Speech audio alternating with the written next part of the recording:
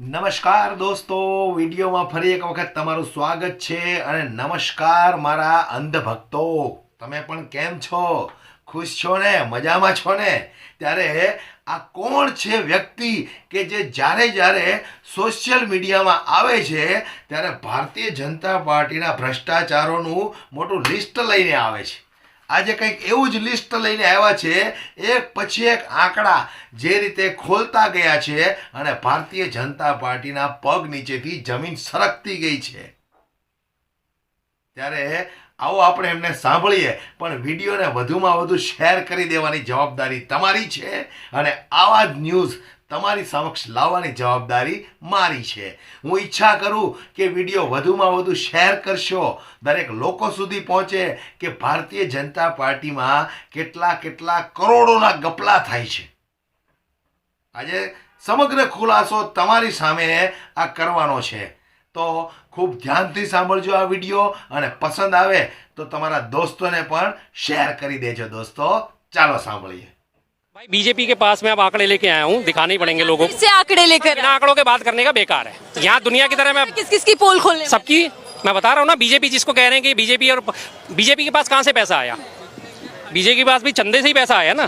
ये रहा बीजेपी का शुरुआत आपके 1990 में. भाई साहब सुनते रहे ना आराम से, बीच में मत टोकना. 1990 में इन्होंने जब अपनी सोमनाथ से अयोध्या की रथ यात्रा शुरू करी थी तो उन्होंने सबसे पहले अभियान चलाया. अभियान नहीं थी, हम इस अभियान को चला रहे हैं, रथ यात्रा को चला रहे हैं, इसके लिए हमें चंदा दो. 1990 में. उसके बाद इन्होंने अपने मेंबर बनाने शुरू करे, उसमें इन्होंने शुरू करा आजीवन सहयोग निधि. हमारे मेंबर बनो और हमें जिंदगी भर चंदा दो. उसके बाद इनकी चलती है एक मोर्चा निधि. आज आपने बीजेपी पार्टी वालों को 10 लोगों को इकट्ठा करने मोर्चा खोलने जाना है, वहाँ पे अगर जंतर मंतर में मोर्चा जाना है तो उसके लिए पहले पैसा दो. मोर्चा निधि कहते हैं उसको. उसके बाद आते हैं इनकी तीसरे नंबर की मीटिंग निधि. अगर इन्होंने कहीं अपने जिले में, संभाग में कहीं भी कोई मीटिंग करनी होती है तो ये मीटिंग निधि के नाम से पैसा इकट्ठा करते हैं कि हमने वहाँ पे मीटिंग करनी है, आओ सारे पहले पैसा दो फिर मीटिंग होगी. चौथी आती है इनकी निधि समर्पण अभियान. निधि समर्पण कि हमारे को पैसा दो तब हम आगे बढ़ पाएंगे. और उसके बाद पांचवा आता है इनका लोक संग्रह निधि. अब प्रॉब्लम क्या है कि निधि निधि निधि इन्होंने नाम दे रखा है और वो कहती है चंदा दे दो.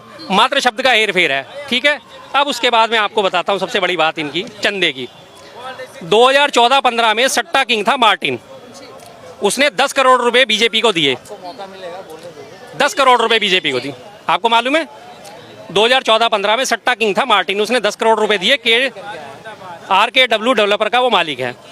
और आज चंदा इकट्ठा कर करके बीजेपी का जो फंड है पिछले साल का घोषित 2023 का जो फाइनेंशियल ईयर गया है उसमें उसने 6046 करोड़ रुपए की अपनी संपत्ति घोषित करी है.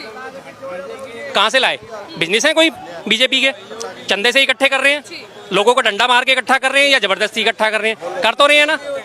उसके बाद कांग्रेस के पास क्या है? मात्र 805 करोड़ रुपए चंदा. ऐसा नहीं है कि कांग्रेस खस्ता हाल होगी, लेकिन 800 करोड़ अभी कम पड़ेगा. लोकसभा के इलेक्शंस में कम पड़ता है, सीधी सी बात है. ऑल ओवर इंडिया का इलेक्शन है. उसके बाद इन्होंने अपना 700 करोड़ का तो ऑफिस खोल रखा है 6 दीनदयाल उपाध्याय मार्ग. 700 करोड़ जो इन्होंने घोषित बताया कि हमने ये 700 करोड़ का ऑफिस हमारी घोषित है. खर्चा इसमें 700 करोड़ रुपए हमारा खर्च हुआ है, जबकि उसका कहा जाता है कि वो कम से कम 1100 करोड़ से ऊपर का बना हुआ है. वो उन्होंने दिखाया 700 करोड़. अब उसी के सामने एक और एक्सटेंशन बना रहे हैं बीजेपी वाले अपना, कि केंद्रीय कार्यालय विस्तार, जिसकी कीमत फिलहाल जो बताई जा रही है वो बताई जा रही है 250 करोड़ रुपए. लेकिन वो भी जाके कम से कम 350, 400, 500, 700 करोड़ कितने का बताना अलग होता है और होना अलग होता है. 800 करोड़ का. हाँ जी, ठीक है. उसके बाद अगले इन्होंने बीजेपी वालों ने अपने चंदा इकट्ठा कर करके 500 कार्यालय अपने खोल चुके हैं, जिनकी लागत 20 करोड़ से 100 करोड़ के बीच में है. अभी मार्च में इन्होंने मध्य प्रदेश में अपना एक कार्यालय की नींव रखी है, जिसकी लागत है 100 करोड़ रुपए घोषित. कि हम 100 करोड़ की लागत से, किसी को भी कोई डाउट हो, मैं जितने आंकड़े दे रहा हूँ चेक कर लो, सब मिलेंगे, सब नेट पे सब मिलेंगे. उसके बाद इन्होंने 2022 में 1800 करोड़ रुपए का गुजरात और हिमाचल के चुनावों में ही चंदा इकट्ठा करा. सिर्फ 2 राज्य के चुनाव थे और 1800 करोड़ रुपए का चंदा इकट्ठा इन्होंने करा. क्यों भाई? राम मंदिर के नाम पर भी हमने देखा चंदा. आप देंगे अब चंदा कांग्रेस? बिल्कुल बिल्कुल बिल्कुल दूंगा मैं कांग्रेस को चंदा. देश के लिए काम करेगी, देश हित में काम करेगी तो क्यों नहीं दूंगा मैं चंदा. अगर आज पार्टी की दिक्कत है, ये कहते हैं कांग्रेस पार्टी इतनी भ्रष्टाचारी है, 70 साल से कांग्रेस ने लूटा है. 1 मिनट चुप, बीच में नहीं, फालतू नहीं. ये बार बार बोलते हैं कि कांग्रेस पार्टी भ्रष्टाचारी है, देश को 70 सालों में कांग्रेस ने लूटा है. अगर देश को कांग्रेस ने 70 सालों में लूटा होता तो आज ये नौबत आती? पैसा होता ना कांग्रेसियों के पास, देते ना पैसा. आज उनके पास पैसा नहीं है.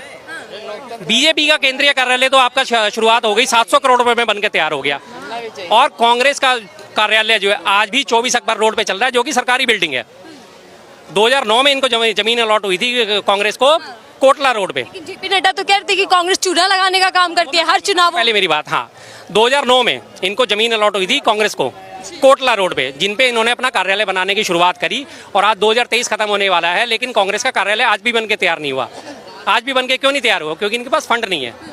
ठीक है, पार्टी जैसी भी है। अब एक तरफ तो आप कहते हो कि सोनिया गांधी, जो इनके व्हाट्सएप यूनिवर्सिटी पे इन पे सब पे चलता है कि सोनिया गांधी वर्ल्ड की तीसरी सबसे ज़्यादा अमीर महिला हैं, और दूसरी तरफ ये कह रहे हैं कि ये पैसे का इस्तेमाल अपने लिए करेंगे। अरे अगर वो इतनी महिला होगी तो उसे 138 रुपये मांगने की जरूरत पड़ेगी, 1380 रुपये मांगने की जरूरत पड़ेगी?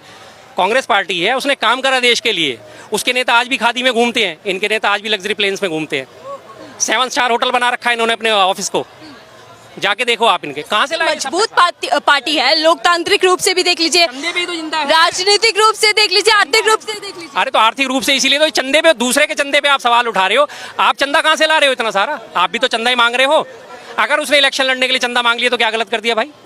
क्या गलत कर दिया? अगर उस पार्टी ने चंदा मांग लिया तो वो अपना आलीशान कार्यालय तो नहीं बना रही, आज भी 24 अकबर रोड से ही चल रही है। उसके साथ का सेवा दल का ऑफिस था, वो भी सरकार ने वापस ले लिया, उन्होंने वो भी वापस दे दिया। को चूना लगाने का काम करते जेपी नड्डा बोल रहे हैं। तो जेपी नड्डा तो बोलेंगे ही ना। जेपी नड्डा है कहाँ के? भाजपा के अध्यक्ष, तो वो तो बोलेंगे ही। भाजपा का तो नीचे आप निगम पार्षद से ले लो, एक कार्यकर्ता से ले लो, और टॉप तक ले लो, उनके सिर्फ 2 मोटो होते हैं। सबसे पहले कांग्रेसियों को गाली देना, ठीक है जी, कांग्रेसियों को गाली देना, नेहरू जी की नीतियों के विरोध करना, और राहुल गांधी जी की आलोचना करना। इन 3 कामों पे पूरी की पूरी बीजेपी टिकी हुई है। सिर्फ हर चीज़ में वो नेहरू जी ने ऐसा करा, नेहरू जी ने वैसा करा, राहुल गांधी ऐसे, राहुल गांधी वैसे, कांग्रेस ने तो लूटा, कांग्रेस ने तो ये करा, कांग्रेस ने तो वो करा। कांग्रेस की सैकड़ों हजारों उपलब्धियां हैं, वो तुम्हारे को नजर नहीं आती एक बार भी? वो कहाँ से आए? कहाँ हैं वो उपलब्धियां? उनको हमेशा इग्नोर कर दिया जाता है। और बीजेपी में ऊपर बढ़ने का ही एक तरीका है, कांग्रेस का विरोध कर दो, राहुल गांधी जी का विरोध कर दो। आखिरी सवाल आपसे लेना चाहूंगी, एक तरफ कांग्रेस पार्टी चंदे की अपील कर रही है, मुहिम चला रही है, तो क्या ऐसा लगता है कि बीजेपी जिस तरीके से मजबूत पार्टी है, सबसे आर्थिक रूप से मजबूत है, हाल ही में 3 राज्यों में चुनाव हुए, पैसे की कमी की वजह से क्या कांग्रेस पार्टी चुनाव हार गई क्योंकि प्रचार प्रसार नहीं कर पाई बीजेपी के मुकाबले? प्रचार प्रसार में कोई कमी नहीं थी। मैंने आपको पहले भी, अपने पिछले हफ्ते आपसे मेरी मुलाकात हुई थी, तीनों राज्यों की हार का कारण बता दिया था, ईवीएम। सीधी सी बात है, लोगों ने मेरी बात पे यकीन करा या नहीं करा, लेकिन नेताओं को अब ये बात समझ में आ चुकी है। दिग्विजय सिंह जी ने मोर्चा खोल रखा है, उदित राज ने मोर्चा खोल रखा है, अखिलेश जी ने मोर्चा खोल रखा है इस मसले को लेकर, और सारे की सारी पार्टियों के 18 पार्टियों के सांसद और ये प्रतिनिधि मिलकर इलेक्शन कमीशन से पिछले अगस्त से टाइम मांग रहे हैं कि हमें टाइम दिया जाए, हम ईवीएम के मुद्दे पर बात करना चाहते हैं, इस मुद्दे को क्लियर करना चाहते हैं। लेकिन वो लोग बिल्कुल टाइम नहीं दे रहे, इलेक्शन कमीशन टाइम नहीं दे रहा। 19 लाख ईवीएम है, उस पर कोई जवाब नहीं दे रहा। उधर देखिए कांग्रेस के जो सांसद है, उनके घर में लाखों करोड़ पे जब्त कर लिए जाते हैं और इधर कांग्रेस पार्टी निकल जाती है पैसे मांगने। क्या चल रहा है सर ये? सांसद का पूरा बयान तो पढ़े। सांसद ने कहा कि ठीक है, मेरी संपत्ति अलग है जो मैं घोषित कर चुका हूँ, ये बाकी संपत्ति जो है मेरे परिवारजनों की है, मेरे व्यापार की है, बात खत्म हो जाती है। व्यापारी आदमी है, कर सकते हैं। अगर इसी बात को मुद्दा बनाया जाए तो कन्नौज में जो इत्र व्यापारी था, जिसके यहाँ से 567 करोड़ रुपए बरामद हुए थे, तो वो भी तो भाजपा का गरीबी था, उसको क्या समस्या थी? उससे फिर बीजेपी चुप क्यों जाती है? उस पर बीजेपी क्यों नहीं बोलती? जब उनके करीबी सांसद है, ये सांसद हैं, और वो उनका करीबी मित्र था, उसके यहाँ से 567 करोड़ रुपए बरामद हुए थे कन्नौज के इत्र व्यापारी के। बाद में उसे कह दिया कि ये तो समाजवादी का है, मीडिया ने मैनिपुलेट कर दिया, इमीडिएट मीडिया ने सारी कहानी घुमा दी।